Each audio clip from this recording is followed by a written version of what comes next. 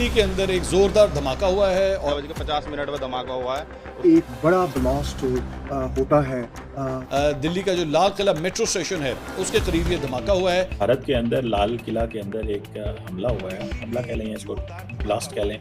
से 8 से ज्यादा जाने गई हैं। लाइन से बात करते करते एकदम ही ब्लास्ट हो गया। कोई कह रहा था कि सिलेंडर फटा है, कोई कह रहा था अटैक हुआ है, कोई कह रहा था गाड़ी में कुछ था। सुबह ही कुछ बंदे इन्होंने पकड़े थे और कह रहे थे जनाब उनका ताल्लुक इस्लामिक स्टेट से है या 10 के करीब लोगों को कहा गया उनकी जानें गई हैं और इसी तरीके से 20-30 के करीब लोग जो हैं वो जख्मी हुए हैं। ऊपर ब्लास्ट की वजह से हवा में उड़ी। मैंने आपको हफ्ता 10 दिन पहले कहा था कि भारत के ऊपर इस पर नजर रखने की बहुत अशद जरूरत है क्योंकि पाकिस्तान पे इल्जाम लगा रहे हैं वक्त से पहले, अभी तो कुछ हुआ भी नहीं, कोई बात भी नहीं। ऐसा हुआ है, बहुत अफसोस की बात है कि हुआ है, लेकिन कहीं इसका रुख जो है वो पाकिस्तान की तरफ ना मोड़ दिया जाए। पाकिस्तान हो या पाकिस्तान हो, जैसे ही कुछ होता है तो सबसे पहला शक तो हम एक दूसरे पे ही करते हैं। दिल्ली पुलिस के कमिश्नर ने इस बात पर पुष्टि की है आंखों के सामने अंधेरा आ गया था कि चलती हुई गाड़ी ने ब्लास्ट किया था। चलती हुई कार आई और उसने धमाका किया। चली हुई गाड़ी जो फर्स्ट में जिसमें ब्लास्ट हुआ, तमाम गाड़ियां थी आसपास और आसपास जो गाड़ियां मौजूद थे उनके परखच्चे उड़ गए। गाड़ी में इतना तेज धमाका था, यहाँ से मैं कह रहा हूँ 1 किलोमीटर तक धमाका गया, इतना तेज धमाका था। उन गाड़ियों में जो धमाका हुआ उससे लोगों की जान गई। अब तक जो सूचना मिल रही है उसमें 10 लोगों के मौत की पुष्टि हो गई। हमारे करके कुछ नाम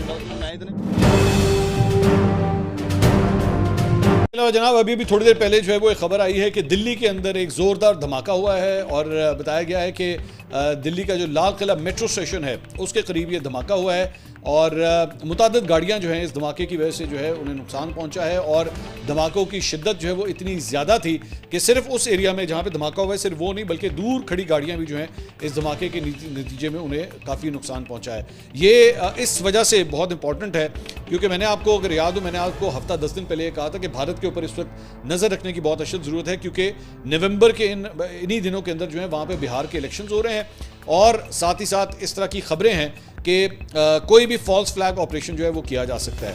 अब दिल्ली आप जानते हैं कि उनका जो है वो फेडरल कैपिटल है इंडिया का और वहाँ पे ये धमाका हुआ है।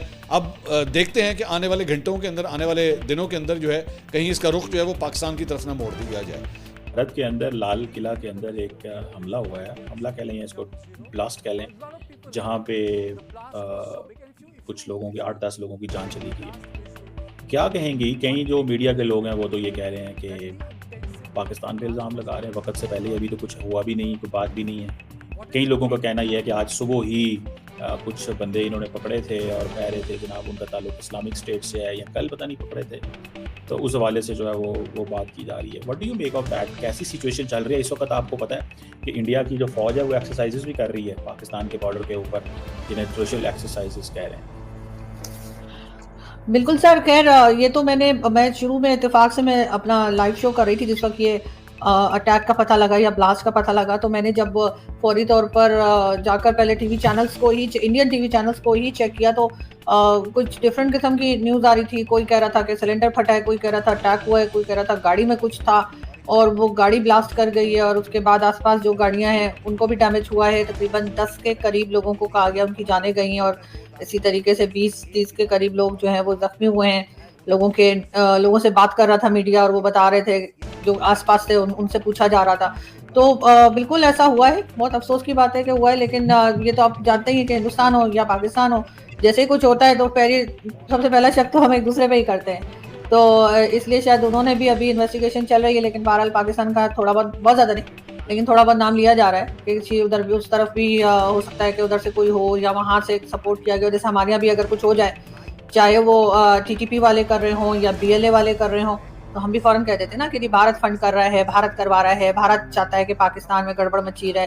तो जाहिर है कि अगर आप इस किस्म की बातें करेंगे तो दूसरी तरफ से भी वही बातें होंगी, दूसरी तरफ से इसी किस्म की बात की जाएगी। अगर कुछ होता है खुदा न खास्ता तो वो बोलते हैं कि भाई लग रहा है पाकिस्तान की तरफ से कोई फंडिंग की गई है या पाकिस्तान गड़बड़ कर रहा है, लेकिन अभी तक उसके ऊपर फिलहाल तो कोई पूरी तरीके से कोई रिपोर्ट आई नहीं है। लेकिन हॉस्पिटल में वो अमित शाह साहब और कई दूसरे जो पॉलिटिशियंस हैं उनको दिखाया जा रहा था कि वो लोगों को जाके मिल रहे थे, जो पेशेंट थे या जो जख्मी थे उनको। होना नहीं चाहिए सर, दोनों तरफ मैं कहती हूँ नहीं होना चाहिए इस तरह से कि आप इन्वेस्टिगेशन से पहले ही जो है या कुछ सबूत होने के बगैर ही जो है वो इस तरह से नाम लें। ये ज़रूर है कि जाहिर है कि क्योंकि हमेशा हिस्ट्री ऐसी रही है हम लोगों की दोनों कंट्रीज़ की कि हम एक दूसरे पे भरोसा नहीं कर सकते। पाकिस्तान में भी अगर कुछ हो जाता है तो फौरन ही अब ये जो आपने फितना उल हिंदुस्तान नाम रखा हुआ है उन लोगों का, जो अफगानिस्तान से अटैक करते हैं, तो उसका क्या मतलब है? आप बिला वजह हर चीज़ में भारत को अगर करेंगे तो फिर जाहिर है दूसरी तरफ से भी वही जवाब आएगा। ऐसा तो नहीं है कि आप उनको उल्टा सुल्टा बोलेंगे तो वहाँ से आपको लड्डू वड्डू भेजेंगे। तो वही कुछ चल रहा है। लेकिन अभी बहरहाल इस इंसिडेंट की या इस अटैक की व्हाटएवर इसकी अभी फुल डिटेल्स आई नहीं है।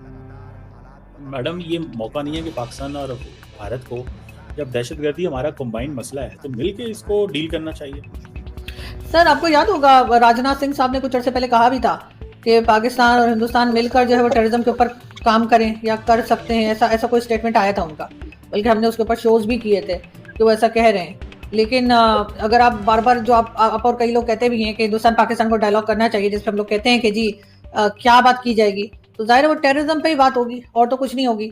तो मेरा ख्याल है मिलकर तो काम सबसे पहले ऐसे ही हो सकेगा कि अगर आपके यहाँ जो 2-4 बैठे हुए हैं जिसका सारी दुनिया को पता है और भारत कई बार कह भी चुका है, आप एक आध उन्हें पकड़ा दें और उसके बाद कहें चलें आप बात करें। तो मेरा ख्याल है कि जब तक हम अपने यहाँ से कोई ऐसा एक्शन नहीं करेंगे, भारत से तो हमें कोई नहीं चाहिए। अगर मुझे याद नहीं, आपको याद है तो कोई 1-2 टेररिस्ट जो हैं या जो टेररिस्ट कहलाते हैं जो यूएन में जिनके नाम लिखे हैं, अगर वो भारत में हैं तो आप उनके नाम बता दीजिए, तो मैं भी अपने आप को अपडेट कर लूंगी और वहां से आप मांगिए, उनसे कहिए कि दे दें। लेकिन वो तो कहते हैं भाई हाफिज सईद दे दो, मसूद अजहर दे दो और इस किस्म के कई नाम बताते हैं जो यहाँ पर मौजूद हैं, तो आप उन लोगों को दे दीजिए। किस लिए यहाँ पर रखा हुआ है?